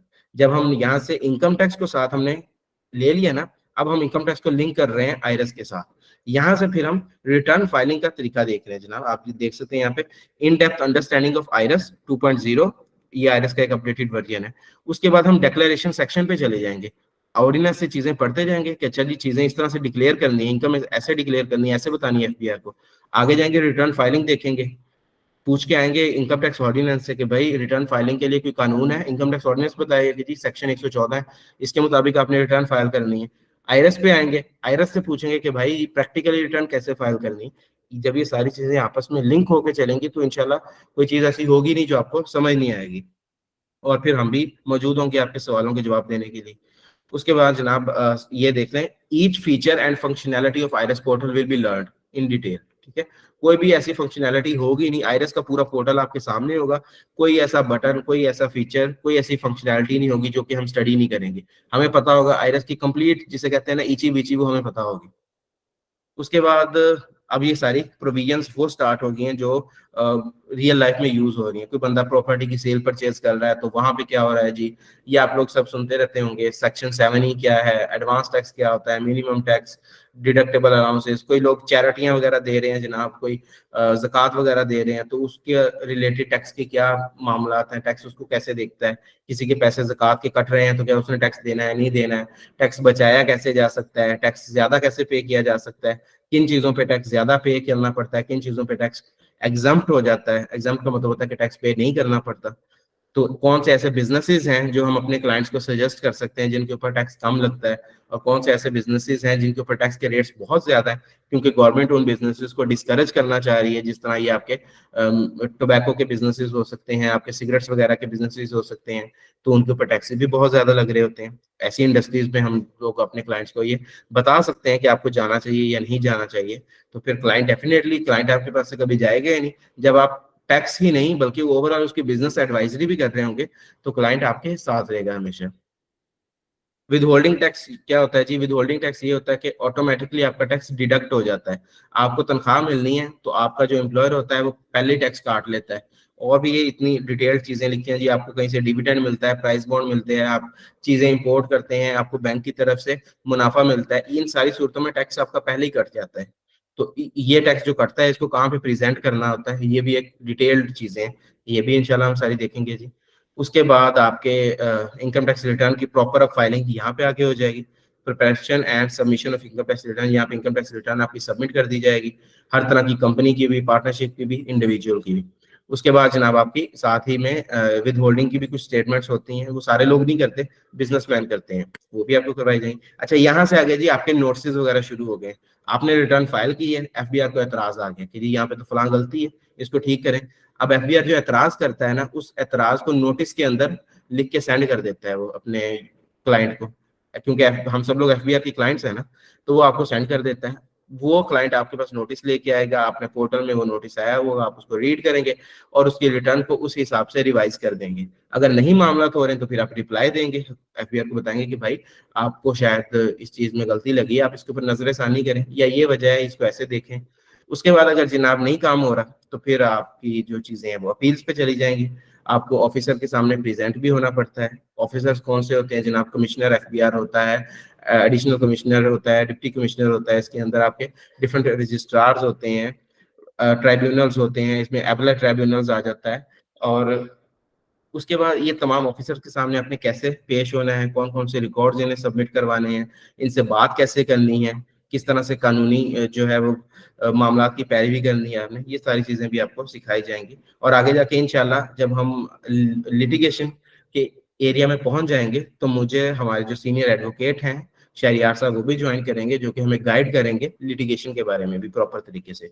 नो डाउट मैं टैक्स में अच्छा हूँ, बट लिटिगेशन में एक सीनियर एडवोकेट मुझसे ज्यादा अच्छा होगा, तो वो भी हमारे साथ होंगे इंशाल्लाह। उसके बाद जनाब ये फिर टैक्स की चीजें हैं, असेसमेंट्स होती हैं। आपने टैक्स नहीं जमा करवाया तो आपके लिए कोई बेस्ट जजमेंट असेसमेंट हो जाती है। एफबीआर खुद आपके टैक्स काटना शुरू कर देता है। आपके पैसे बैंक में पड़े हैं, एफबीआर वहां से आपके पैसे निकाल लेता है। अगर आपके पैसे बैंक में नहीं पड़े तो आपको एफबीआर आपके जो है वो बिजली पानी के कनेक्शन काट देता है। एफबीआर आपके मोबाइल सिम्स वगैरह जो होती हैं उन्हें ब्लॉक कर देता है। एफबीआर आपके अकाउंट्स ब्लॉक कर देता है। यहाँ तक कि एफबीआर आके आपको गिरफ्तार भी करवा सकता है। ये सारी चीजें भी हम लोग पढ़ेंगे, ये क्या पेनल्टीज होती हैं, इनसे आपने कैसे बचना है। और इसके अलावा कभी ऐसा भी हो सकता है जनाब कि एफबीआर आपके जो टैक्सेस होते हैं वो आपसे ज्यादा टैक्स ले ले कभी, और क्योंकि एफबीआर हमसे हर वक्त टैक्स ले रहा होता है। हमारे बिजली के बिल में भी टैक्स लगा हुआ होता है, हमारे इंटरनेट के बिल में भी टैक्स लगा हुआ होता है, हम लोग सेल परचेज कर रहे होते हैं वहां पर भी एफबीआर हमसे टैक्स ले रहा होता है। फिर जो हमारी इनकम होती है उसके ऊपर भी टैक्स कट जाता है। असल टैक्स तो वही होता है ना जो हमारी इनकम के ऊपर होता है। अब ये ऊपर नीचे से जो एफबीआर टैक्स ले लेता है, ये फिर पैसे फाइलर को वापिस होते हैं। ठीक है, आपने ये सुना तो होगा कि फाइलर के लिए क्या फायदे हैं और नॉन फाइलर के लिए क्या नुकसान आता है। तो ये वो फायदे होते हैं कि फाइलर सिर्फ वो टैक्स पे करेगा जो उसकी इनकम के ऊपर लगा है। अगर इनकम के ऊपर टैक्स लगा ही नहीं है, उसकी इनकम 6 लाख से कम है, तो वो तमाम टैक्सेस जो उसके बिजली के बिलों में आए थे, प्रॉपर्टी सेल परचेज करते टाइम उसके ऊपर लग गए थे, कोई मोटरसाइकिल को गाड़ी सेल परचेज के टाइम पे उसके ऊपर लग गए थे, कोई प्राइस बॉन्ड वगैरह पे उसके टाइम पे ये टैक्सेस उसके कटे हैं ना, जो जो फाइलर होता है उसको हुकूमत ये पैसे उसके वापस कर देती है। ये फाइलर होने का फायदा है। और फाइलर सिर्फ वो टैक्स देगा जो उसकी इनकम के ऊपर लगेगा, अगर उसकी इनकम 6 लाख से ऊपर है। जो नॉन फाइलर होगा उसको कोई पैसा वापस नहीं होता। उसके बाद जनाब अपील्स, पूरी अपील्स आ गई आपके पास। प्रोसीजर ऑफ फाइलिंग अपील, आपने कैसे अपील फाइल करनी है, ऑनलाइन हो ऑफलाइन हो, उसके लिए फॉर्म्स को कैसे अमेंड करना है, ड्राफ्टिंग कैसे करनी है, ग्राउंड्स की। ग्राउंड्स जी ऐसा होता है कि तमहीद आप बांधते हैं, लॉयर है माशाल्लाह, आप लोग बेहतर पता होगा कि किसी भी आपके जो लीगल फॉरम पे जाके आपने कोई भी अपील करनी होती है, कोई भी एप्लीकेशन फाइल करनी है, तो उसके कोई ना कोई ग्राउंड्स आप लोग सेट करके जाते हैं कि जी हमने इस चीज के ऊपर बात करनी है। तो ये सारे ग्राउंड्स आ जाएंगे उसके ऊपर जनाब। स्टे एप्लीकेशन एक इंपॉर्टेंट चीज होती है इसके अंदर, वो आ जाएगा। सारा कुछ ये आपको प्रैक्टिकल एग्जांपल्स के साथ करवाया जाएगा, केस स्टडीज बहुत ज्यादा होंगी इंशाल्लाह, और जितना भी रेलेवेंट स्टडी मटेरियल होगा वो भी आप लोगों को प्रोवाइड किया जाएगा। विजन तो जनाब बस यही है कि आप सब लोग ये सारी चीजें सीख जाएं। पाकिस्तान मूव कर रहा है बेसिकली एक एग्रीकल्चरल स्टेट से एक इंडस्ट्रियल स्टेट की तरफ, और टैक्सेस बहुत ज्यादा बढ़ने वाले हैं। आपको पता है टैक्सेस आए दिन नया टैक्स लगता है, और आए दिन नए से नए बिजनेसेस इंट्रोड्यूस हो रहे हैं। तो इस चीज में कैरियर बहुत ज्यादा है, और लॉयर्स भी इस चीज में आ रहे हैं, और आना भी चाहिए, क्योंकि आप लोग ही हैं जिन्होंने ये सारे काम को डील करना था। हाँ, जहाँ पे लॉयर्स को समझ नहीं आती वहाँ पे हम लोग मौजूद बैठे हैं, आप लोग हमसे हेल्प ले सकते हैं। लॉयर्स भी ये काम करें, अकाउंटेंट्स भी करें, स्टूडेंट्स भी ये काम करें, एज अ फ्रीलांसर भी आप ये काम कर सकते हैं। इस मार्केट में बहुत ज्यादा गैप है, अभी काम बहुत ज्यादा होता है। इवन दैट के जब टैक्स के सीजन होते हैं तो हम लोग रात को 2-2 3-3 बजे तक बैठे होते हैं, अगले दिन फिर हम लोग सुबह 6-7 बजे उठ जाते हैं कि जी हमने रिटर्न्स फाइल करनी है क्लाइंट्स की, इतना ज्यादा काम होता है। सो एज अ कैरियर आप लोग इस चीज को जरूर लें, और इंशाल्लाह जो आगे सीजन आ रहा है, सीजन के अंदर ही आप लोग अच्छी अर्निंग भी कर लेंगे, और आपको आइडिया भी हो जाएगा कि आपने एक अच्छा फैसला लिया था या नहीं लिया था। बाकी ये जनाब हमारी जो थोड़ी बहुत कॉन्टैक्ट इन्फॉर्मेशन है, इस नंबर पे आप कॉन्टैक्ट कर सकते हैं। मिस इकरा है कोऑर्डिनेटर, वो आप लोगों के साथ मौजूद हैं, आप उनसे एडमिशन के लिए आप उनसे कॉन्टैक्ट कर सकते हैं। कोर्स जो है जनाब आप समझ लें कि आज से हमारा स्टार्ट हो चुका है। नेक्स्ट हमारी जो क्लास होगी वो नेक्स्ट फ्राइडे को होगी। फ्राइडे, सैटरडे और संडे 3 दिन हमारी क्लास हुआ करेगी, 2-2 घंटे की, और नेक्स्ट फ्राइडे को हमारी क्लास होगी। उससे पहले पहले जिन लोगों ने एडमिशन ले लिया है वो तो ठीक है जी, और मैक्सिमम हमारे जो स्टूडेंट्स होंगे एक बैच के अंदर वो होते हैं जनाब 20 स्टूडेंट्स, ठीक है। 20 से 25 हो सकते हैं, इससे ऊपर स्टूडेंट नहीं होते हमारे एक बैच में। जिन लोगों ने एडमिशन ले लिया है वो ठीक है, अगर किसी ने एडमिशन लेना है अभी, तो वो हमारे जो एडमिन्स होंगे ग्रुप्स वगैरह में आप देख लीजिएगा, उनसे रब्ता कर लें एडमिशन के लिए। जो भी आपके प्रॉपर तरीकाकार है रजिस्ट्रेशन का, अपने डॉक्यूमेंट्स वगैरह उन्हें दें, और फी वगैरह पे करके कॉलेज के बैंक अकाउंट में आप लोग एडमिशन ले सकते हैं। ये थी जनाब हमारी ओरिएंटेशन के मुतालिक तमाम बातें। अब मैं हो जाऊंगा चुप और आप लोग बोलेंगे। किसी का कोई सवाल है, कोई क्वेरी है तो जनाब हाजिर हूं मैं, आप लोग पूछ सकते हैं। अच्छा, सलाम सर, मोहम्मद उमैश एडवोकेट। जी अच्छा सर। सर, मेरे क्वेश्चन है रिगार्डिंग 7E, क्योंकि मैं एक जी इशू खुद फेस कर रहा हूँ। मैं थोड़ी हिस्ट्री बताता हूँ कि हमारा इनहेरिटेड लैंड था, एग्रीकल्चर लैंड। उसके ऊपर आई एम सॉरी सर, मैं आपको इंटरप्ट कर रहा हूँ। इस कोर्स के फौरन बाद सर, इस क्लास के फौरन बाद मेरी जो प्रॉपर क्लास है ना रूटीन में जो होती है मार्च बैच की, वो क्लास है। हम कोई भी ऐसा क्वेश्चन फिल वक्त डील नहीं कर पाएंगे जो कि प्रॉपरली हमारे इश्यूज से रिलेटेड हो। ऐसा कोई भी क्वेश्चन है, मेरा नंबर है, ठीक है, ग्रुप में भी आप मुझसे रब्ता करें, मैं ये तमाम चीजें आपकी सॉल्व करूंगा, और मैं ग्रुप में रिप्लाई भी करूंगा आपको। बट अभी के लिए सिर्फ ऐसा क्वेश्चन जो हमारी ओरिएंटेशन से रिलेटेड हो, please. Okay sir, thank you. जी अस्सलाम वालेकुम सर। ओरिएंटेशन में तो काफ़ी ज़्यादा चीज़ें जो हैं अल्हम्दुलिल्लाह हमने देखी हैं, जो मौजूद भी हैं इंशाल्लाह। जी बस सर। ये बता दें कि इसकी जो है ना सर, फी का क्या क्राइटेरिया होगा और कितनी फी है? अगर आप मुनासिब समझे तो भी बता दें, या फिर क्या, जैसे भी आप इसको समझे।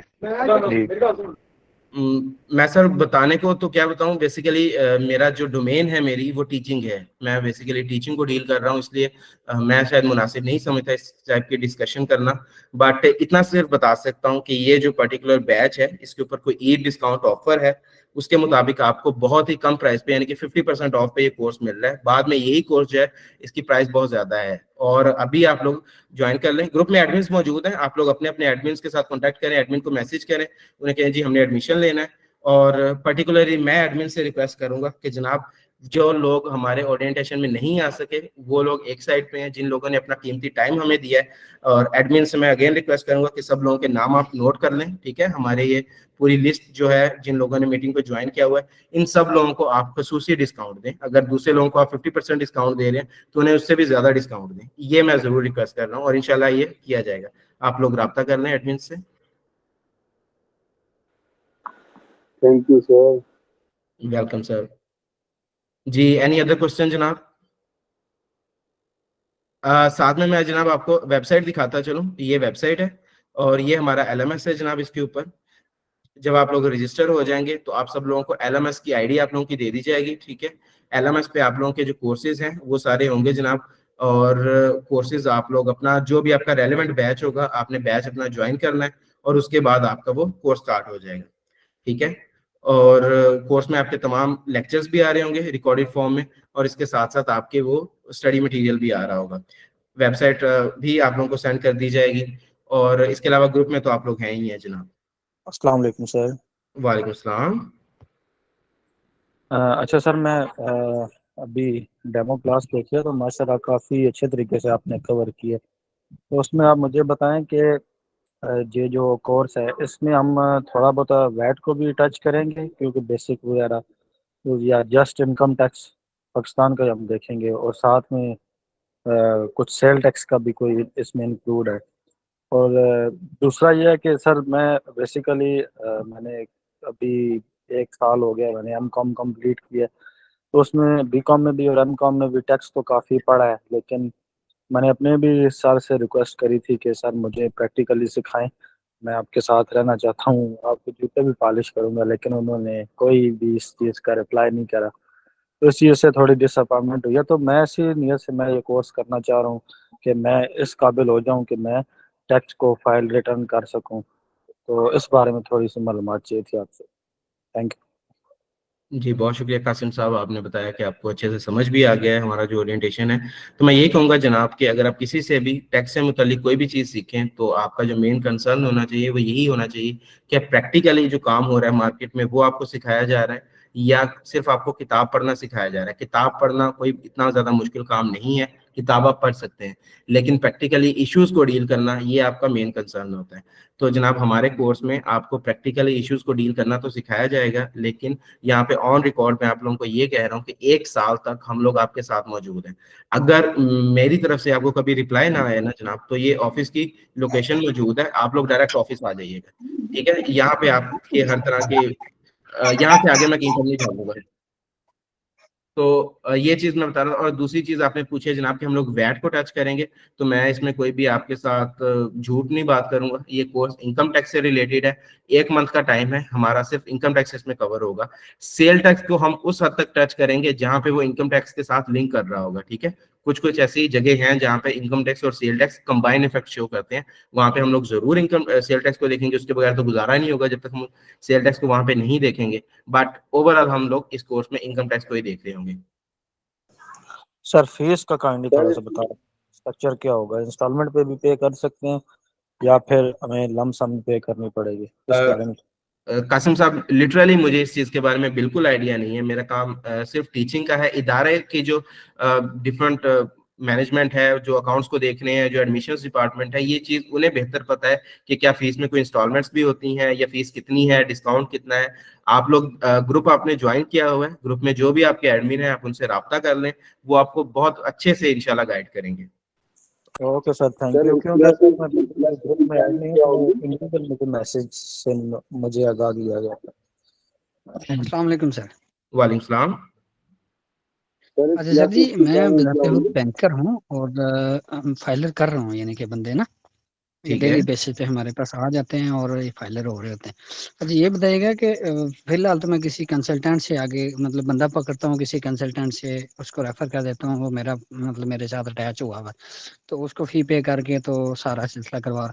तो अभी ये इस कोर्स के बाद ऐसी हो जाएंगे हम इस काबिल कि हम खुद ही उसको मतलब वो फी जो उसको दे रहे हैं हम वो बचा पाएंगे, वो खुद ही जो 2-4 हज़ार रुपये हम लेके तो आगे मतलब कुछ उसको देते हैं, कुछ यानी हम खुद अपने पास वो कर लेते हैं।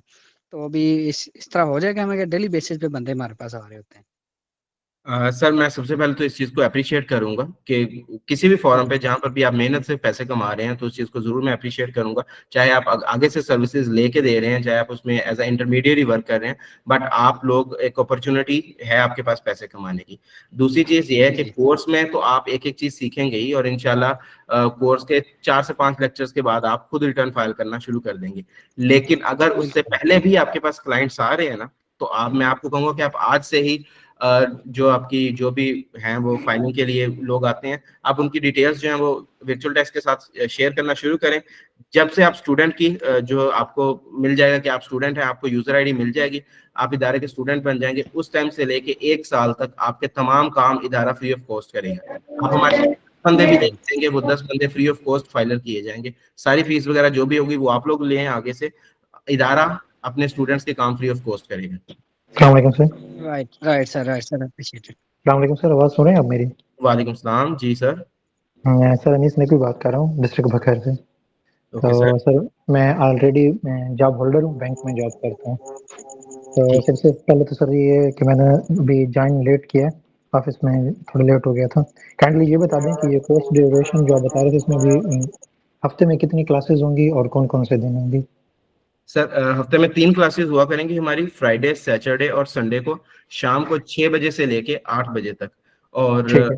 अगर इसमें भी किसी को कोई इश्यू होगा टाइम वगैरह के साथ, तो वो भी हम अपनी पहली क्लास से पहले ग्रुप में डिस्कस कर लेंगे कि क्या आप सब लोगों के लिए ये टाइम सूटेबल है, क्या आप सब लोगों के लिए ये डेज सूटेबल है। जैसे मेजोरिटी डिसाइड करेगी हम सर वैसे ही चलेंगे। सही। सेकंड मेरा ये क्वेश्चन है कि अभी आपने वो टैक्स बता रहे थे ना, टैक्स के जैसे सैलरीड पर्सन है और दूसरा सेल टैक्स वगैरह है, तो ये जो एग्रीकल्चर इनकम है ये अदर सोर्स में उसमें ये जाएगी ना सर जी? वैसे तो ये टॉपिक जो ये सवाल आपका कोर्स से रिलेटेड है, मैं इस डिटेल में जाना नहीं चाह रहा था, लेकिन सही। छोटा सवाल है आपका तो मैं बता देता हूँ आपको कि जो आपकी एग्रीकल्चरल इनकम होती है ये आपकी फेडरल में नहीं जा रही होती।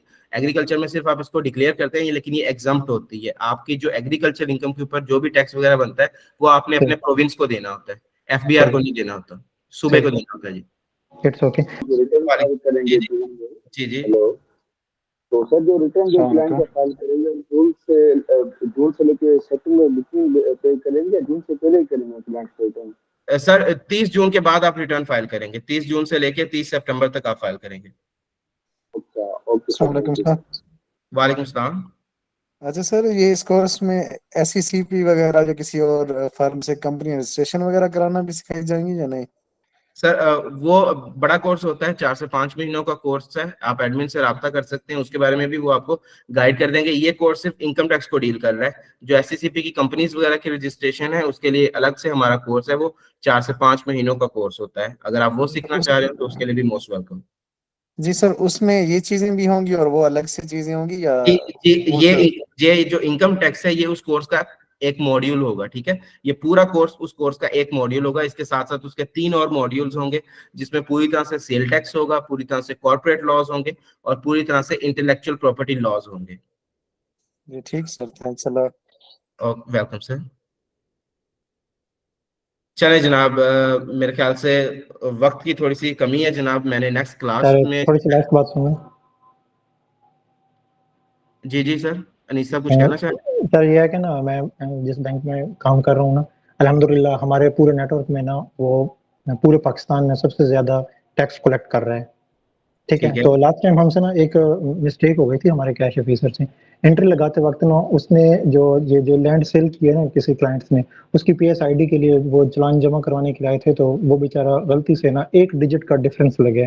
फॉर एग्जांपल लास्ट पे 7 आता है तो वो उस बेचारे ने 6 लगा के ना एंट्री लगा दी थी। अब जो अमाउंट थी ना वो 18,000 की थी, तो एक्चुअली अमाउंट 11,000 की थी। जो जमा करवाना आया था उसने 11,000 दिए थे, जो दूसरी एंट्री लगी वो 18,000 की, मतलब रॉन्ग एंट्री लगी। तो एक डिजिट के फर्क से डिस्ट्रिक्ट बकर से ये बात जा पहुंची रहीम यार खान। हमने डाटा ट्रेस करवाते करवाते ये देखा कि वो जी रहीम यार खान का बंदा है, उसके पीएस आईडी जनरेट हुई है, तो उसमें ये पैसे चले गए। बहरहाल हमने ट्राई तो बहुत की, नहीं हुई। फिर आपस में हमने जो बैंक के अकॉर्डिंग रूल्स हमने वो फॉलो किए हैं।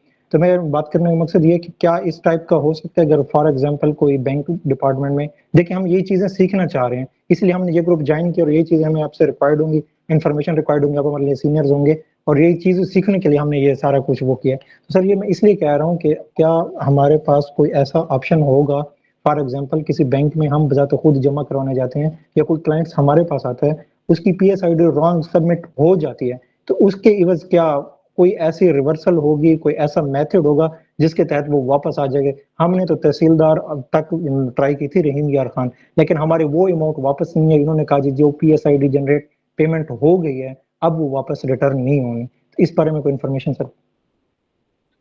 जी सर बिल्कुल। वैसे तो ये अब मैं ये कहूंगा कि 1 in a 1000 रेयर केसेस ऐसे हो सकते हैं। अब देखिए ना कि जिस बंदे की पीएसआईडी आपने पे की है उस टाइम वो बंदा अपनी रिटर्न फाइल कर चुका था, ठीक है, मतलब कि रिटर्न बना चुका था। जब रिटर्न बनी थी तभी उसकी पीएसआईडी के मुतालिक वो अमाउंट बन चुकी हुई थी ना। अगर उसने हाँ अपनी इनकम डिक्लेयर ना की होती तो उस टाइम पे वो उसके उतने पैसे बने भी नहीं होने थे।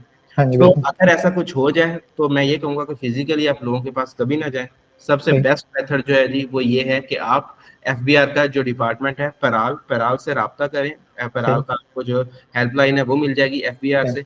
डायरेक्ट आप ऑनलाइन जो राब्ता करें, क्योंकि जो ऑनलाइन मेथड्स होते हैं सर ये रियल टाइम मेथड्स होते हैं। बिल्कुल सही क्या सर, ये कि मैंने फिजिकली चीजों को डील करना जी चीजों नहीं होता, सही कह रहे हैं सर। मैंने एफबीआर की वेबसाइट पे मेल भी की थी और उनसे कांटेक्ट भी किया था, उन्होंने भी माजरत की थी कि सर सॉरी अब तो ये सिस्टम में एंट्री लग गई है, इसकी कोई रिवर्सल नहीं है। हमने अपने बैंक के थ्रू वो था। तो मैं आपसे पूछने का ये मकसद था कि क्या आपके पास कोई ऐसा ऑप्शन या कोई माइंड में या कोई ऐसा एक्सपीरियंस जो आप शेयर करना चाहें? मैं बताता हूँ सर, ऐसा कोई ऑप्शन नहीं होता। अभी हमारे साथ जो साहब मौजूद थे वो बात कर रहे थे कि जी फलां आरटीओ में जो ये जब हमें पासवर्ड वगैरह के बारे में इशू फेस करना पड़ता है तो वो आगे से पैसे मांगते हैं। हाँ अब जी, असल में है ये कि जी हमारे इदारों में भी वही हमारे जैसे सही लोग कह ही रहे हैं। बैठे हैं, तो वो जी, जी। पैसे भी मांगते हैं, सब कुछ करते हैं हाँ और जी, हर बिल्कुल, चीज में वो चीजों को डिले भी कर रहे होते हैं। सही तो है। इसका कोई ऐसा डिजिटल मेथड नहीं है कि यहाँ से कोई बटन अच्छा, दबाएं और काम हो जाए। हाँ, ये हो सकता है कि हम लोगों को क्योंकि वास्ता पड़ता है और एफबीआर को हमसे वास्ता पड़ता है, हाँ, ठीक है। बिल्कुल सही है। फिर ओवरऑल इस चीज को देख रहे होते हैं। यस, ये सही, सारे मामला एफबीआर खुद सॉल्व नहीं कर सकता।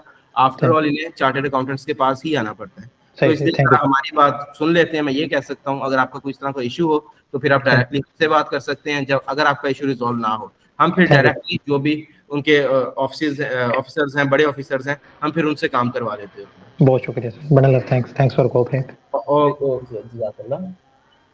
ठीक है जनाब, मैं आप सब लोगों को बहुत ज़्यादा शुक्रिया अदा करता हूँ। आप सब लोगों ने अपना कीमती टाइम निकाला। क्लास हमारी 1 घंटे की थी, बट 25 मिनट्स ऊपर चले गए हैं और मुझे कुछ कॉल्स भी आ रही हैं।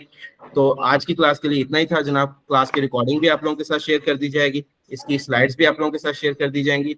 और इसके बाद आपका कोई भी क्वेश्चन हो तो काइंडली वो ग्रुप में पूछें, मैं आपका सारे क्वेश्चन आंसर करूंगा। अभी के लिए मुझे इजाज़त दीजिए। बहुत अच्छा लगा आप लोगों के साथ टाइम स्पेंड किया। एडमिशन्स के मुतालिक एडमिन के साथ रब्ता कर लें और वो डिटेल्स आपके साथ शेयर कर देंगे। जनाब, thank you all of you guys. अल्लाह हाफिज। अल्लाह हाफिज़। जी अल्लाह हाफिज़।